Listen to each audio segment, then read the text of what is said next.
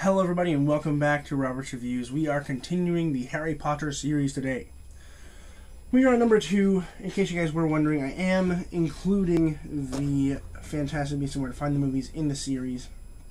So we still have quite a few more to go. We have like, 8 more to go? That's ridiculous. Jeez. But today we are on number 2, which is Harry Potter and the Chamber of Secrets.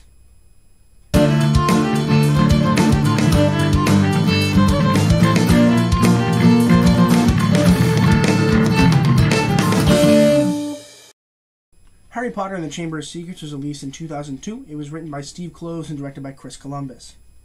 This is going to be a relatively quick review, but of course, no spoilers. And essentially what happens here is we follow Harry Potter in his second year of his wizardy, school teachers. His aunt and uncle, who he lives with, try to trap him in the house, but of course Ron Weasley comes in with his flying car and is like, nope, and gets him out of there. And then they go on this weird thing where they're like, oh, there's this weird thing happening where these, people are being petrified. And there's a rumor of the Chamber of Secrets being opened, which is a secret place that is only openable by the heir of Slytherin. Or so it has been foretold.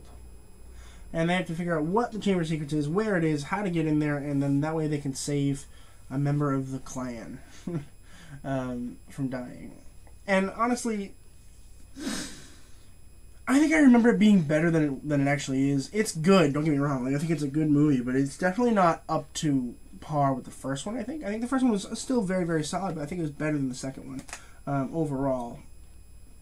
And I think that's also something I think is kind of interesting about this, is that, they kind of feel very similar in terms of, plot and feel. I was looking at the runtimes, in case you're curious. The runtime is only a difference of 10 minutes. And what I think is so interesting about them is that they're so tight, right? They feel very similar. Like, if you watch the first one and the second one back to back, which I have done multiple times during marathons, they are very similar in terms of their overall structure, right? It's like Harry can't go to school. Harry finds a way to get to school. At school, Harry finds a mystery.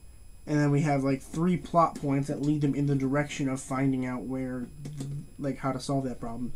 And then go to secret part of castle to solve problem, face bad guy, win. And then this resolution in the end. That's that's the first 2 Harry Potter plot points that work for both movies. Which I get it's fine. It's fine. It is slightly annoying, but it is fine.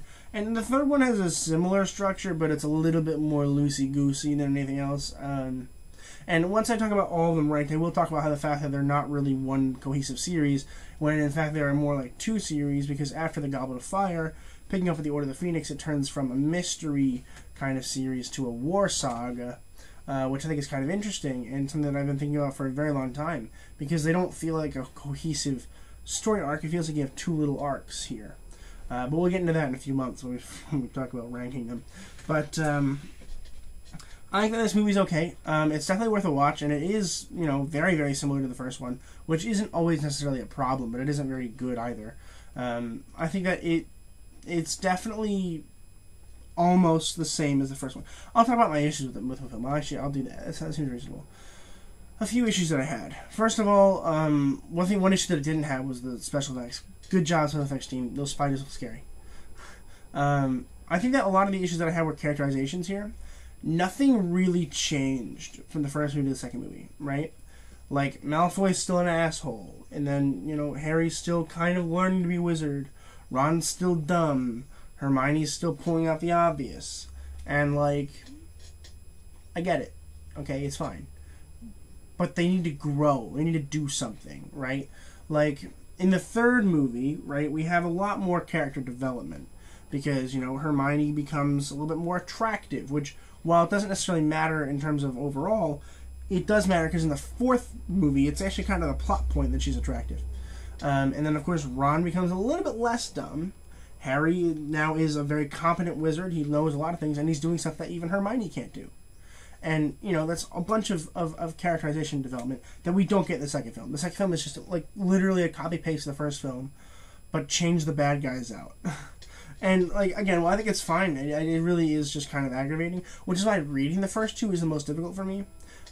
Because while they're the easiest books, of course, it is hard to sit down and read two books that are both like 300 pages that feel exactly the same.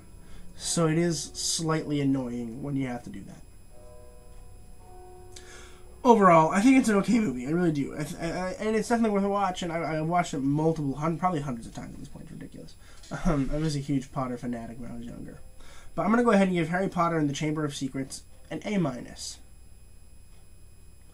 Let me know what you guys thought of Harry Potter and the Chamber of Secrets in the comments below. I want to read about what you guys thought about it. Do you agree that it's kind of similar to the first one and it's kind of annoying?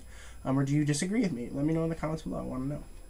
And please consider subscribing. We're only on day 2 of this series. We got so much more to go. We got Robin Williams on Tuesday, MCU Wednesdays, Quentin Tarantino Thursdays, and then Saturdays and Sundays are kind of crazy. We do a bunch of random stuff. And then Fridays we have requests and new releases. So make sure you guys are subscribing for all of that. And as always, keep watching movies and television, stay educated, and I'll see you guys in the next video.